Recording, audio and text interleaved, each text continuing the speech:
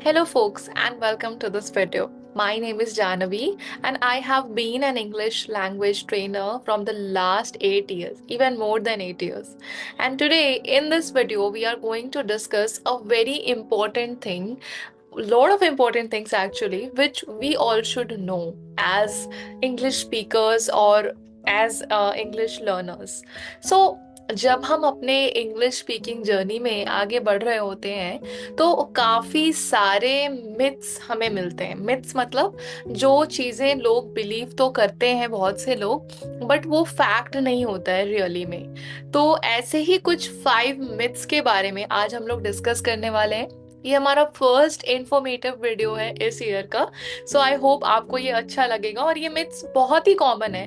I am sure आपने कहीं ना कहीं तो ये मिथ्स सुना ही होगा, most of them. So let's start. So जो पहला मिथ है कि native speakers can teach you better, मतलब कि जो इंग्लिश स्पीकिंग कंट्री में है, बचपन से इंग्लिश बोलते आ रहे हैं अपने आसपास में, वो आपको सबसे बेस्ट वे में इंग्लिश सिखा सकते हैं, या आप कह लो इंग्लिश बुलवा सकते हैं। सो ये बहुत बड़ा मिथ है। ऐसा बिल्कुल भी नहीं होता है। आप इंडिया में देख सकते हैं ऐसे बहुत सारे ट्रेनर्स हैं, टीचर्स हैं, जो कि आपको इंग्लिश बोलने में, इंग्लिश सीखने में बहुत अच्छे से हेल्प करते हैं, and more than a native speaker. Actually learning English और learning speaking English from a Indian trainer is better than learning from a native, because native आपकी मदर टंग में आपको समझा नहीं सकते हैं। वो सिर्फ एक लैंग्वेज जानते हैं, एंड मे बी उनका मदर टंग कुछ और होगा।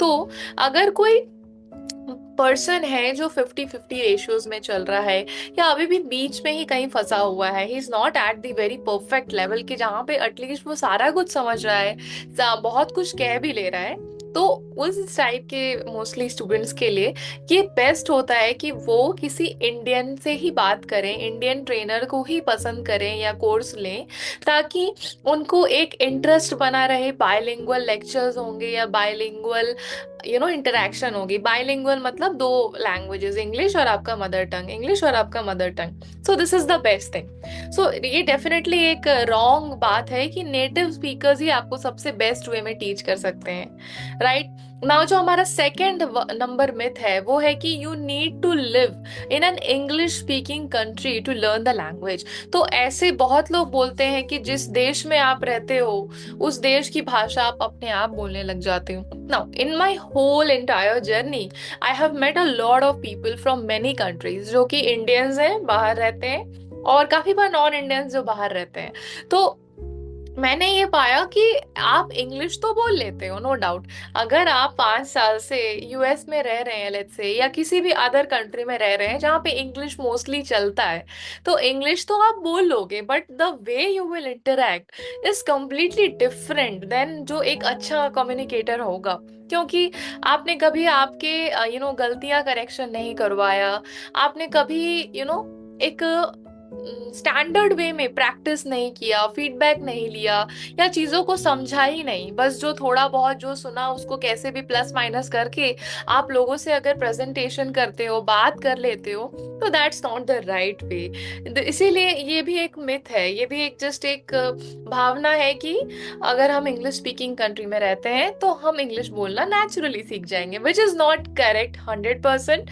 हाँ, कुछ लोग का अगर बेसिक इंटेलेक्ट बहुत अच्छा है तो वो सीख सकते हैं with little bit of research and learning. But या रिसर्च, लर्निंग, बेसिक अंडरस्टैंडिंग, ये सारे एलिमेंट्स अगर आपके पास कम है या उसमें से कुछ नहीं है, तो आपको किसी की ना किसी की तो हेल्प लेना ही पड़ेगा, ये फॉर श्योर है। Now let's talk about the third myth. So जो हमारा थर्ड मिथ है वो है कि to be fluent you have to make no mistakes. Now this is absolutely a blunder जो भी अगर ये बात कहता है, because the moment, like अगर आप mistakes करोगे ही नहीं, like अगर आप someone हो जो mistakes करता ही नहीं है, तो फिर इंग्लिश क्यों नहीं बोलता, राइट? कुछ लाइक सॉरी, ऐसा सब सिचुएशन है। सो डेफिनेटली जब कोई भी पर्सन अपना जर्नी का शुरुआत करता है तो वो काफी सारी गलती करता है। कभी उसको पास्ट में बोलना है तो प्रेजेंट में बोलेगा, कभी प्रेजेंट में बोलना है तो पास्ट में बोलेगा, कभी ब्ला ब्ला ब्ला।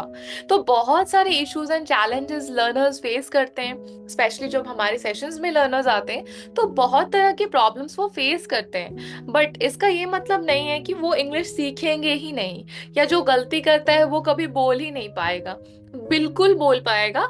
मैंने ऐसे स्टूडेंट्स को भी देखा है जो कि लाइक छोटे छोटे सेंटेंस बनाने में भी इश्यूज फेस करते थे, 3-3 वर्ड्स के, but now they have a decent level. Yes, थोड़ा वक्त आपको ज्यादा लगेगा, थोड़ी मेहनत आपको ज्यादा लगेगी, लेकिन आप बिल्कुल कर सकते हो, इसमें कोई दो राय नहीं है। नाउ मिस्टेक्स करना is very normal, it is completely, आपको वो एक्सेप्ट करना चाहिए कि ये मैं मिस्टेक करता हूँ।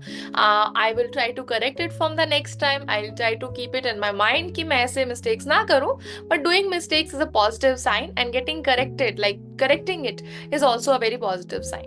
So let's move towards the fourth number myth. So what is the fourth number myth? Okay, I get this myth, like this question from a lot of working professional जो कि अब आप समझ लो 40 या 45 ईयर्स का as cross कर चुके हैं। सो ये myth कुछ ऐसा है कि you are too old to learn English at a sufficient level. So see, इसमें क्या होता है कि आप कभी भी are never too old for something, this is the for sure. और इंग्लिश सीखना कोई पहाड़ चढ़ना जैसा नहीं है कि आपकी उम्र अगर 50 हो गई, 60 हो गई, घुटने कमजोर हो गए तो आप कर ही नहीं सकते, राइट? इंग्लिश सीखना is not that tough, it's a very comfortable stuff, just need to pay some attention, do some regular practice, follow tips and tricks, that's completely possible. तो अगर आपका एज 10 है, आपका एज 20 है या 50 है या 65 है, 80 है, जो भी है, आप कर सकते हो। हाँ, अगेन एक चीज तो है कि आपके मेंटल कैपेबिलिटी पे थोड़ा सा डिपेंड करता है कि कैसे आप चीजों को आगे प्रोसीड करते हो, राइट?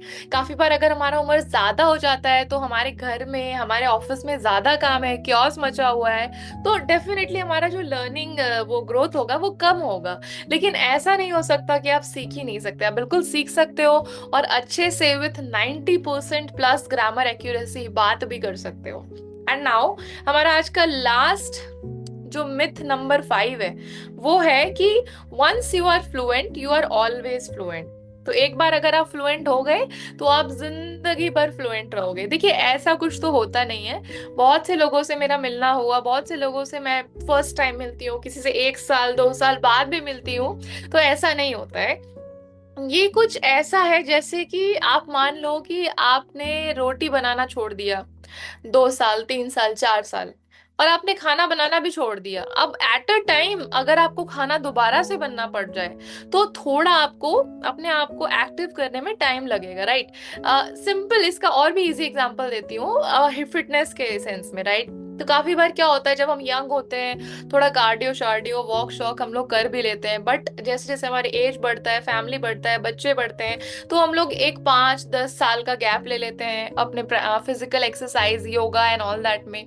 और फिर जब हम उसको करना चाहते हैं तो काफी एलिवेशंस आते हैं। शुरू के 2 हफ्ते, 1 महीने, 2 महीने, 3 महीने, डिपेंड करता है किसका कैसा बॉडी है, क्या उनके फिटनेस लेवल है, तो वो होता है। इन द सेम वे, जब आप इंग्लिश अगर एक लंबे अरसे के लिए प्रैक्टिस नहीं करोगे, बोलोगे नहीं, रिवीजन नहीं करोगे, तो डेफिनेटली आपको बहुत प्रॉब्लम्स आएंगी। फिर आपको फिर से एक रिवीजन लेना होगा, एक थेरेपी लेना होगा, आप मान लो एक प्रैक्टिस सेट होना होगा, तब आप जाके फिर से बोल सकते हो। तो ऐसा नहीं है कि अगर आपने कहीं से प्रैक्टिस किया, सीख लिया 3 महीने 6 महीने और फिर वो उम्र भर के लिए हो गया। बिल्कुल वो आपके उम्र भर के लिए है, बट अगर आप 2-2 साल अगर हिंदी में ही बात करे जा रहे हो, कोई इंटरेक्शन ही नहीं है, कहीं आप बोल ही नहीं रहे हो, कहीं आप प्रेजेंट ही नहीं कर रहे हो, तो that's completely a disaster.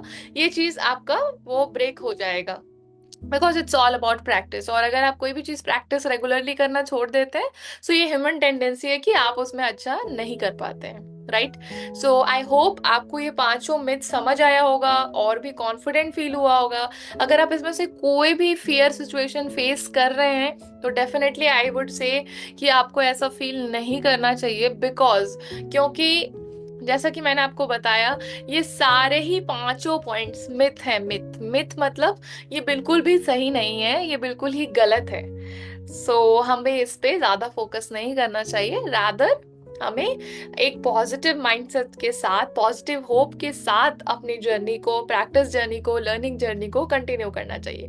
Now, अगर आप कुछ ऐसे पर्सन हैं जो कि काफी चैलेंजेस फेस करते हैं इंग्लिश बोलने में, काफी प्रॉब्लम्स आ रही हैं, बहुत कुछ ट्राई भी किया तो भी कुछ नहीं हो रहा, I am inviting you to our one on one English communication programme and business communication programme. So हमारे ये जो दोनों प्रोग्राम्स है, इसमें आप अपने इंटरव्यू चैलेंजेस अगर आप फेस कर रहे हो, जनरल बात करने में ऑफिस में प्रॉब्लम है, जनरल ऐसे बात करने में प्रॉब्लम है, या कोई भी आपका फील्ड हो, कोई भी प्रॉब्लम हो, आप इजीली हमारे पास आ सकते हो। हमारे साथ एक 25 से 30 मिनट का एक फ्री वीडियो कंसल्टेशन आप बुक कर सकते हो।